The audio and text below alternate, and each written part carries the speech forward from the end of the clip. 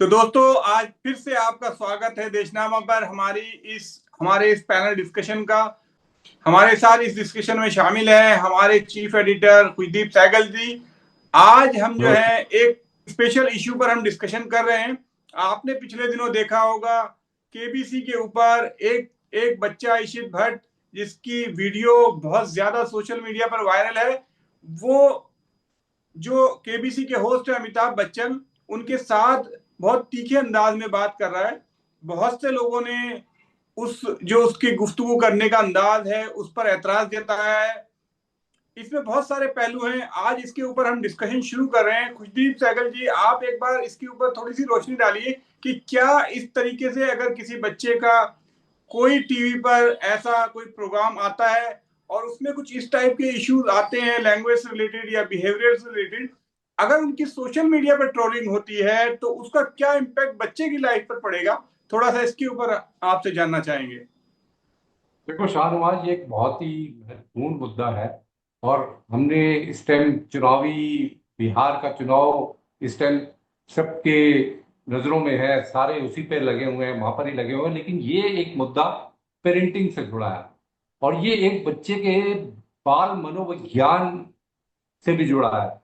और इस मुद्दे पर हमने जो देखा कि केबीसी में ये बच्चा आया, इसने को बहुत ही रूडली अमिताभ बच्चन थे, इसके माता पिता भी थे उस शो में बच्चे के बैठे हुए, तो ये अमिताभ बच्चन के साथ बड़े रूडली ये सवालों के जवाब दे रहा था। अरे लॉक करिए, चलिए मुझे नियम मत बताइए, आप लॉक करिए, है ना। तो ये बच्चा कुछ ओवर कॉन्फिडेंट रूड टाइप बच्चा था, जो अमिताभ बच्चन से भी बहुत बेअदबी से पेश आ रहा था, जिससे मैं कहूंगा बेअदबी से पेश आ रहा था। और फिर एक सवाल में जाके यही बच्चे ने ओवर कॉन्फिडेंट होकर जवाब दिया। ये पूछा गया था कि वाल्मीकि की रामायण में पहला कांड कौन सा है, तो ये अयोध्या का जवाब दे गया, जबकि वो बाल कांड था। तो ये जल्दबाजी में ओवर कॉन्फिडेंट ये बच्चा पेश आ रहा था। तो अब उसके बाद क्या हुआ? उसके बाद जब ये बच्चा रातों रात पूरे देश में विलेन बन गया, विलेन बना दिया गया, मैं ऐसा कहूंगा। सोशल मीडिया पर जम के इस बच्चे की ट्रोलिंग हुई। हर कोई इस बच्चे के बारे में वे लिख रहा था, इस बच्चे को बेहुदा बता रहा था, इसके माँ बाप को बता रहा था कि उन्होंने कोई संस्कार नहीं दिए इस बच्चे को, जो इस तरह से पेश आ रहा है।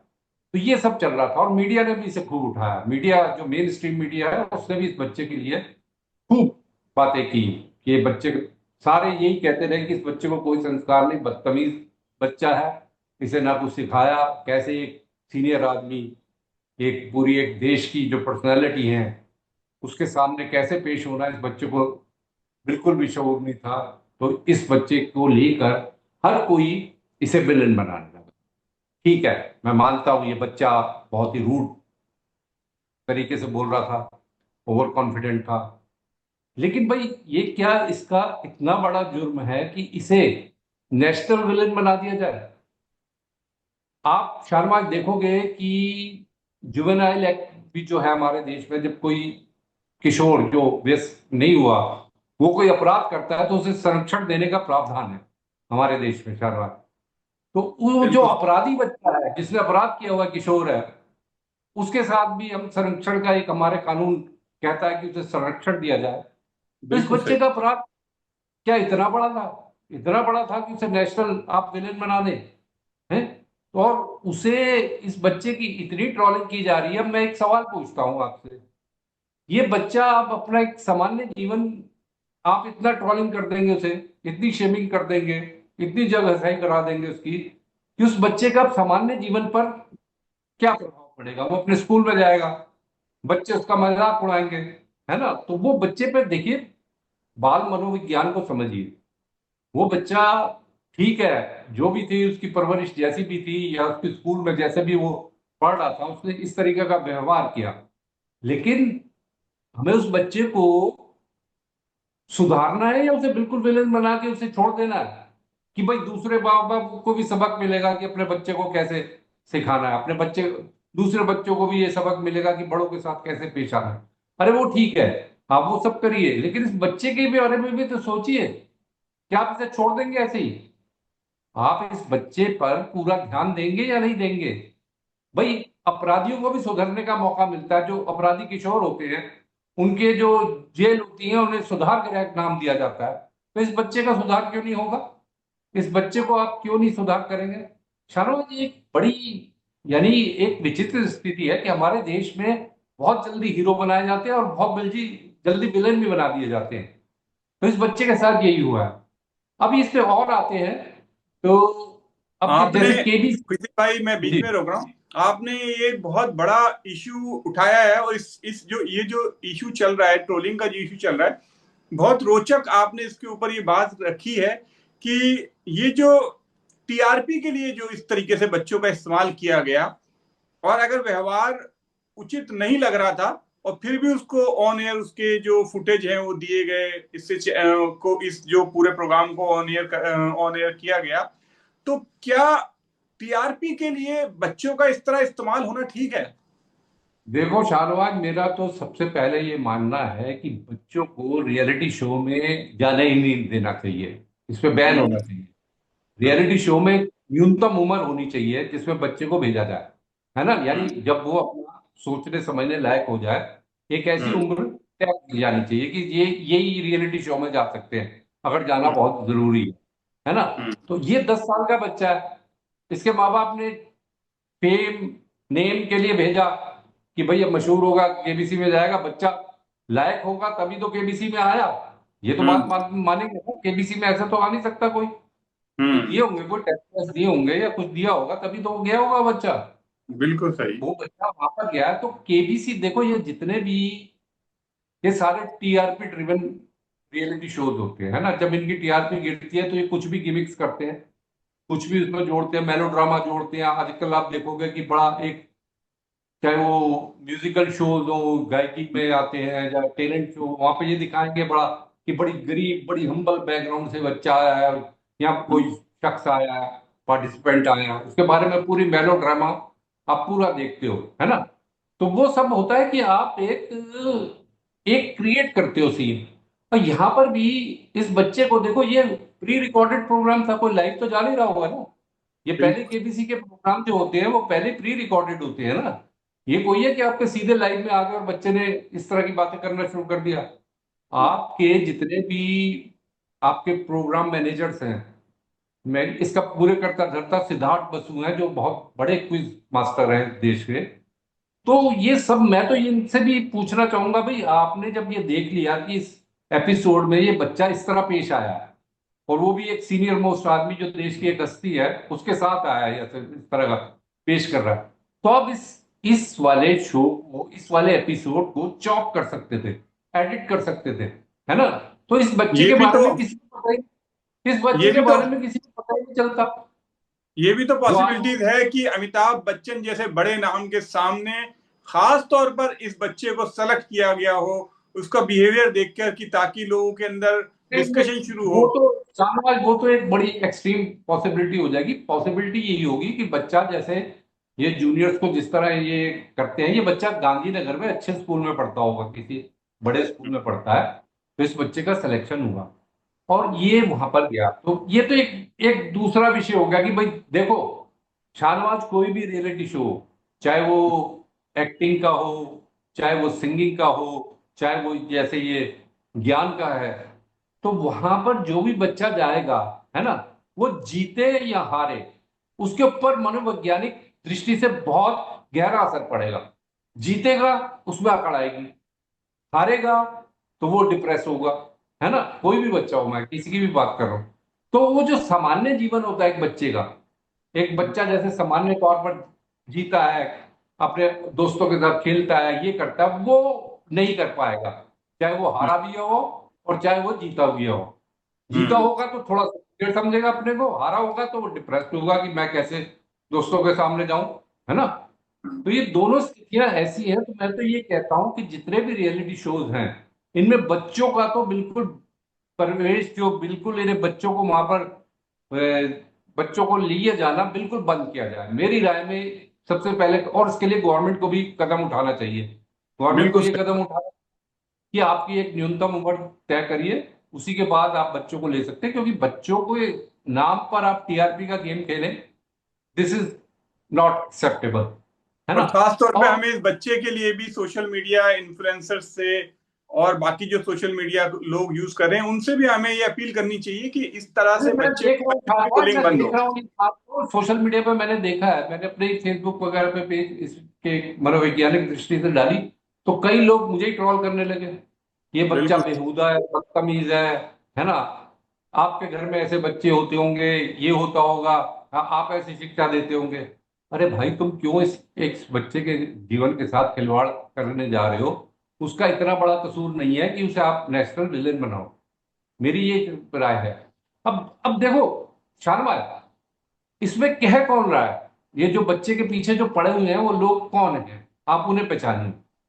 ऐसा है, देखो, हर 10 साल बाद एक जनरेशन गैप आता है ना। हम्म, जब हम लोग बिल्कुल पढ़ाई करते थे, हम जब पढ़ाई करते थे, तो भाई वो दौर दूसरा था। वहां बिल्कुल पर शिक्षक भी पिटाई लगा देता बच्चे की, है ना, तो माँ बाप कहते थे और मारो इसे ठीक करने के लिए, है ना, बिल्कुल सही। कहते थे।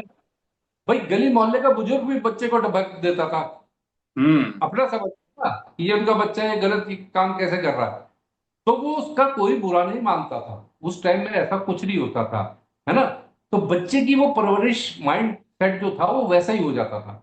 आज का दौर क्या है? आज का दौर भाई, ये बर्गर वाले और मोबाइल जनरेशन है। तो ये अब 5 स्टार स्कूल में पढ़ रहे हैं, अब तो कोई ऐसा है नहीं कि टीचर तो उंगली भी नहीं उठाता, क्यों किसी पे कल को मेरे ऊपर ही आ जाएंगे, है ना। तो आजकल कोई ओटीटी किसी बच्चे, प्लेटफॉर्म में आप अगर आप देखो तो किस तरह से लैंग्वेज यूज होती है, कितनी ज्यादा एग्रेसिव जो है वो लैंग्वेज यूज करते हैं, अब्यूजिंग लैंग्वेज यूज हाँ, करते हैं। इस टाइम जो जेन जी है, जो जेन जी है जिसे कहते हैं, देखो मोबाइल जनरेशन है ना, मोबाइल है, उनकी लैंग्वेज, आप उसकी लैंग्वेज में जो हमारे हमारे टाइम में वर्जित शब्द होते थे वो खुलेआम वैसे शब्द इस्तेमाल यूज हो रहे हैं। करते हैं, है ना, हम्म, बिल्कुल। बिल्कुल और सही। उसे कोई चक नहीं है, चाहे लड़के हो चाहे लड़कियां हो, सारे खुल के वो यूज कर रहे हैं। अब वो बिल्कुल दौर दूसरा है भाई। अब आप डंडे से कहें कि हम डंडे से डपट के किसी को कर लेंगे।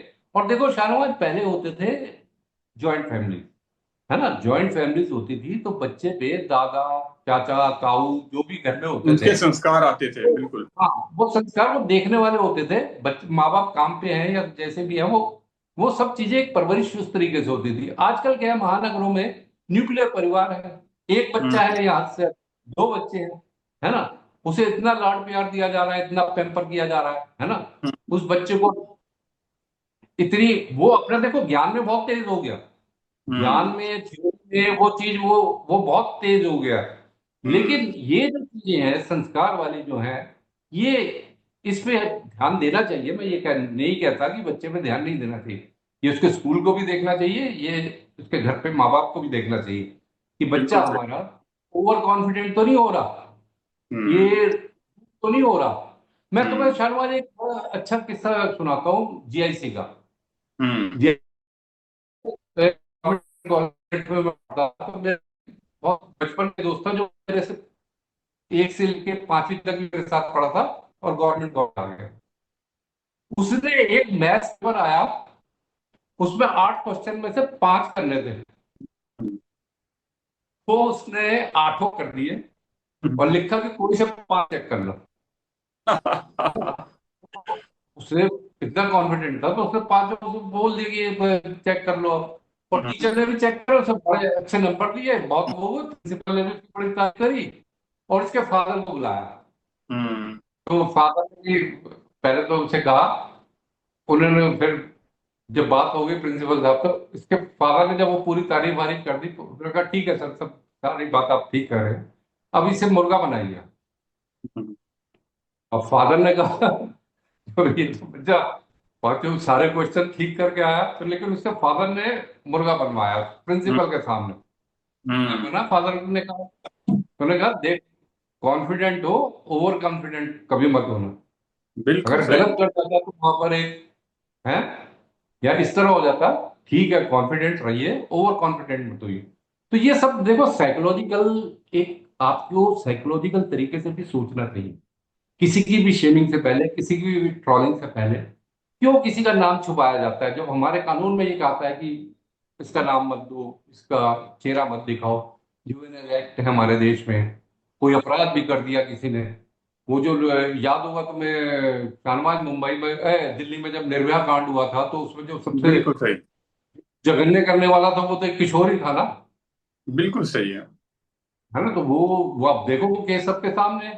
वो अपना उसमें सुधार गृह में गया था, और उसके बाद उसका बाकी सबको हाँ, तो बहुत ही डाल दिया गया। अनफॉर्चुनेट इंसिडेंट था। और हम सब लोग, हमें बिल्कुल ये चीज पसंद नहीं आई थी कि चाहे कितना ही, चाहे वो 18 साल का नहीं हुआ था, लेकिन उसका जो अपराध था बहुत ही जघन्य था। और हम सब ने हाँ, सड़क पर उतर के ये मांग की थी कि उसका नाम भी इस बताया कानून को गया, बदला देखो जाए। उसको मैं बट कहना चाहता हूँ, इस वाले केस में कोई शाहनवाज डिवाइस उस आदमी का देखो उस आदमी का नाम डिस्क्लोज नहीं किया गया।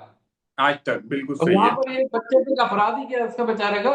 एक वो बिल्कुल रूडली तो बोला है वहां पर, जो जो उसकी देखो, उसे ये नहीं पता होगा कि हम अमिताभ बच्चन इतने बड़े, देखो वो अपने बिल्कुल, जैसे अभी जिस छोटी सी माहौल में उम्र रहता है। है ना। बिल्कुल सही। आजकल जो सुपीरियर बच्चे हैं वो किसी को नहीं समझते अपने सामने, ये समझ लो। तो क्या ये अमिताभ बिहेवियर जो बच्चन, इश्यू है, इस पे ये नहीं होना चाहिए कि हमारे स्कूलों में इसके ऊपर खास तौर पे बच्चों के बिहेवियर पर ध्यान दिया जाए। उनको ये सिखाया जाए कि किस तरीके से बात करनी है, टीचर से कैसे बात करनी है, या और घर में बड़े से कैसे बात करनी है। क्या इसके ऊपर हमारे स्कूलों पर ध्यान नहीं दिया जाना चाहिए? बिल्कुल दिया जाना चाहिए वहां पे, इसीलिए काउंसलर होने चाहिए हर हर क्लास के लिए, हर उसके लिए। इस मामले में भी मैं कह रहा हूँ काउंसलर हो, इस बच्चे की काउंसलिंग करे, इसके माँ बाप की काउंसलिंग करे, हम्म। उनकी काउंसलिंग करे कि भाई इस बच्चे की परवरिश में आप इस तरीके से ध्यान दीजिए। और ये हर स्कूल में देखो, आजकल एक मेंटल हेल्थ भी बहुत बड़ा एक प्रॉब्लम है।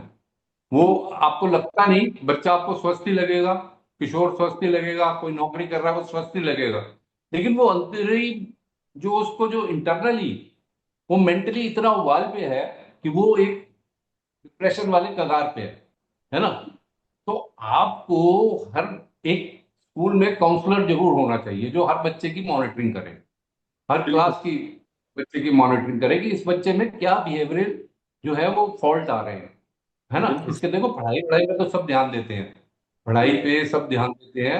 आजकल देखो ग्लैमर इतना वशीभूत हो गया, ये सोशल मीडिया रील, हर कोई छोटा बच्चा भी आजकल, है ना, वो भी चाह रहे हैं कि ये भी बन जाए, स्टार बन जाए, यूट्यूब पे, इंस्टाग्राम पे, फेसबुक पे, है ना। बिल्कुल सही। तो वो जो रील्स का चक्कर है, देखो रील्स का चक्कर है, कहीं पे भी मेट्रो में भी रील्स बन रही है, वो भी बन रही है, ये देखो ये इंस्टेंट, एक आपको लग रहा है कि आप बिना किसी पढ़ाई लिखाई, बिना किसी ज्ञान के आपको पैसा मिल जाएगा, आप यहाँ पे ऊट पटांग हरकतें करिए, ऊट पटांग आप यहाँ पे रीलें बनाइए, आपको मिल जाएगा।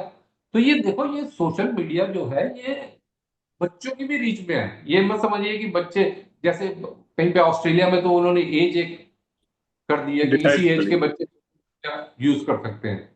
ये अच्छे कानून है, ये अच्छी बात है, जब आपको सोचने समझने लायक हो जाए आपको तभी ये टूल्स दिए जाएं।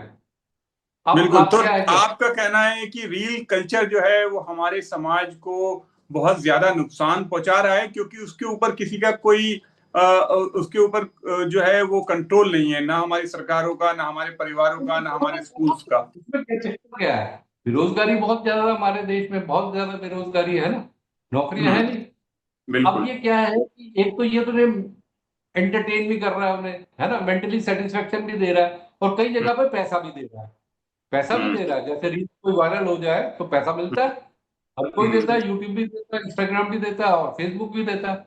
तो उनके लिए हम्म। तो हिंग लगे ना फिटकरी वाली बात हो गई ना। हम्म।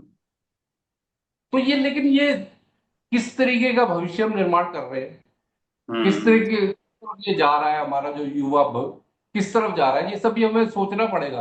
क्या हम रील्स के यही एक रील्स वाले ही वो बन के रह जाएंगे, है ना। तो बिल्कुल सही। आप देखो जिसके पास रोजगार नहीं है, जिसके पास वो नहीं है, वो ही इसमें, अब देखो यूट्यूब पे भी हर कोई यूट्यूब पे है, हर कोई इस पे है, हर कोई इसी पे आना चाह रहा है, पॉडकास्ट कितने हो रहे हैं, एक दूसरे के पॉडकास्ट किए जा रहे हैं, हम्म। तू मेरा कर मैं तेरा करता हूँ।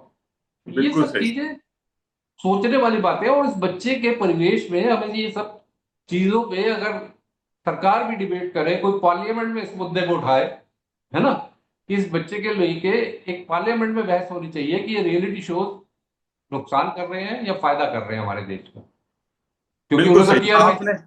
टीआरपी के लिए कुछ भी करेंगे। आपने बहुत अच्छा मुद्दा उठाया और आज इस मुद्दे के ऊपर बहुत ही सार्थक बहस हुई। उम्मीद है हम ऐसे ही समाज से जुड़े हुए मुद्दों पर आगे डिस्कशन करते रहेंगे। आज के लिए हम इस शो को यहीं एंड करते हैं। अपने ऑडियंस से ये हमारी इल्तिजा है कि अगर ऐसे इस मुद्दे के ऊपर अगर आपकी अपनी कोई राय है तो हमें कमेंट सेक्शन में जरूर बताइए। और अगर आपको हमारा ये शो अच्छा लगता है, हमारा चैनल आपको देशनामा अच्छा लगता है, तो हमारे चैनल को जरूर सब्सक्राइब कीजिए और उसमें साइड में लगे बेल आइकन को भी दबा दीजिए, जिससे कि हमारी हर एक वीडियो आप तक तुरंत पहुंचती रहे। आज के इस प्रोग्राम में जुड़ने के लिए बहुत बहुत धन्यवाद।